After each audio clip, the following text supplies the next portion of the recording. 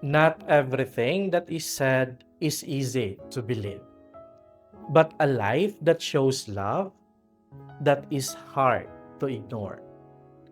In the gospel today, Jesus says, "If I do not do the works of my Father, do not believe me." Jesus does not ask people to believe him just because he speaks well. He invites them to look at his life. He heals the sick. He forgives sinners. He stays close to those who are hurting. And this is what we need today because many people are tired carrying silent struggles, family problems, and pain that no one sees.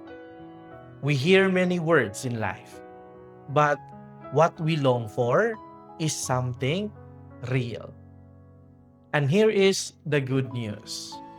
God is not only speaking to you, He is already working in your life, in your quiet strength, in the people who care for you, in your courage to keep going. So today, trust Him again, not only because of what He says, but because of what He is doing in you. Amen.